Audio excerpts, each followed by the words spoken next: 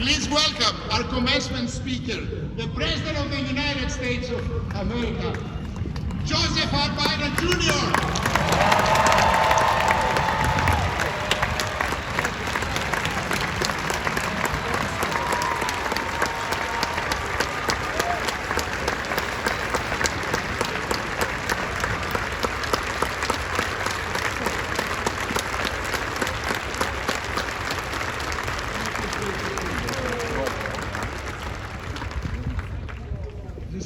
There you go.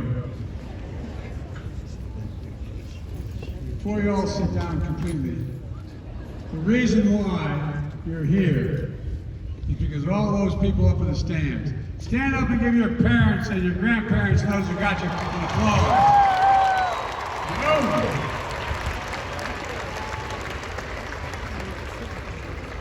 And all the parents up in the stands, this may be the best day of all. No more tuition.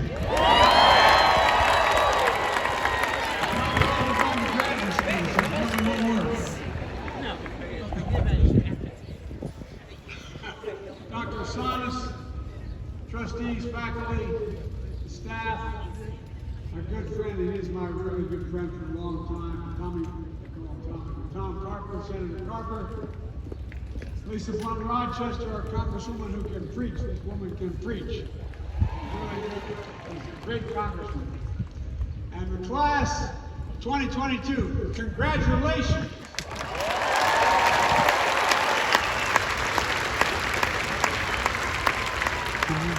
I know they've been recognized already, but I can't. Yesterday I did the commencement at the Naval Academy, and that reminds me today. I want a special congratulations to the veterans who are graduating today. All those who are being commissioned in the United States military. Would you please stand of the graduating class? Stand up. Those who have served as well in this class, stand up. For all those of you who are joining the service, who are about to join the finest group of warriors the world has ever seen, and that's not hyperbole, that's literally true. So thank you, thank you, thank you.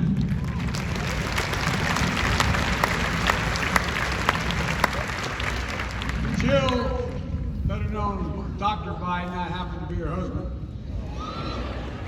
Not only earned her undergraduate degree here, she also got her doctorate degree here. She got a master's in between somewhere else. That fun. First ladies continue to work full-time as a professor while being the First Lady. But Garrett, you and I have something in common, pal. We both married way above our station.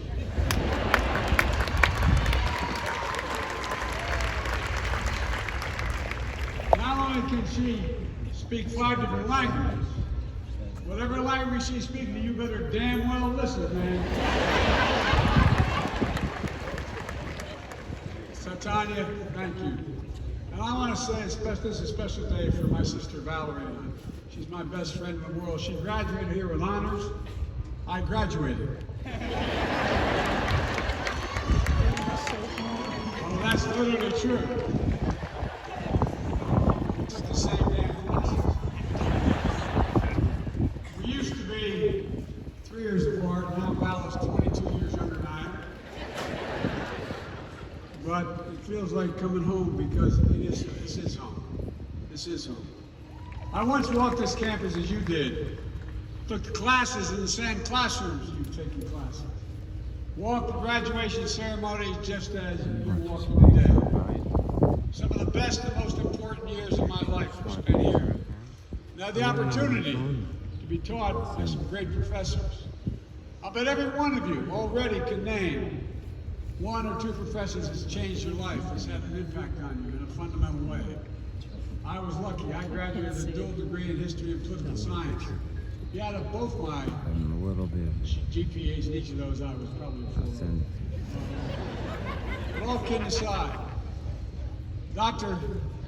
Dolan, in the political science department, I think he could picture me here in the end zone, maybe catching a pass over my left shoulder. But I doubt with everything I thought I'd be standing here as President of the United States. Although Dr. Ingersoll is the one, you know, professors make a difference. I was asked to seek the nomination by a group of people I won't bore you with. And I thought it was a little off the wall that I wasn't even old enough. And I turned, it was after a Democratic off-year convention, and I turned to Chief Justice, who was retired from a family that has more senators than any family in American history, former Justice Tunner. And I said, Mr. Justice, I'm not old enough. He said, you obviously didn't do well on constitutional law, Joe. So the Constitution says you need to be 30 to be sworn in, but you can be elected at any age they want to elect you. So why the hell I did it, I wasn't sure, but I got in a car in Dover, and I drove straight to the campus, not a joke. I looked up Dr. Ingersoll, one of my professors I admire most of political philosophy. And I told him the dilemma because I hadn't thought about that at the time. I really hadn't. Did you take a picture? And he looked at me and he said, Joe, remember what Plato said? I'm thinking, what the hell did Plato say? He paraphrased it. He said, the penalty good people pay for not being involved in politics is being governed by people worse than themselves. Folks,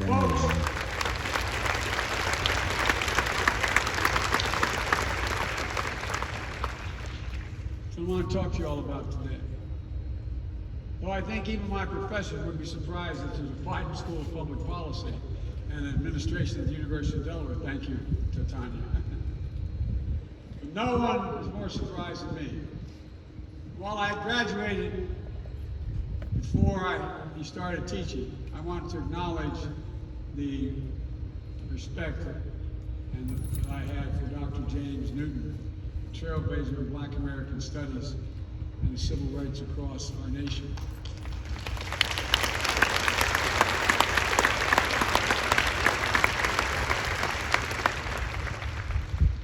There's one message I hope you take from me today. This is no time to be on the sidelines. It's not hyperbole, I mean it from the bottom of my heart. We need all of you to get engaged in public life, the life of this nation. Because here's the simple truth.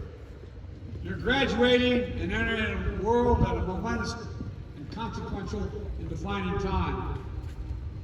The next 10 years of your life are going to determine what the next 50 years of this nation are going to look like. We're at one of those inflection points in history where things are changing so fundamentally that we have to act.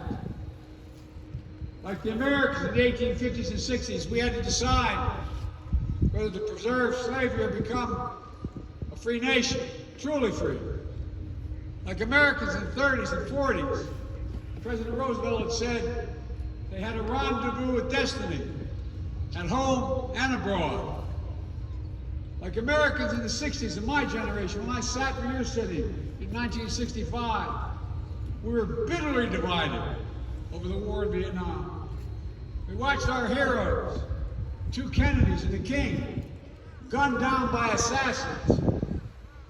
And still, we chose to expand the possibilities of America by breaking unjust barriers to civil rights and voting rights. Well, now it's your hour. The challenges are immense, foreign and domestic, but so are the possibilities. I spent more time with Xi Jinping than any world leader has. Over 76 hours, we traveled 17,000 miles in China and the United States together. We were on the Tibetan Plateau, and he turned to me and said, "Can you define America for me?" And I said, "Yes, I can.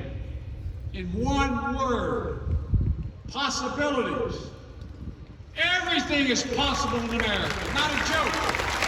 Everything."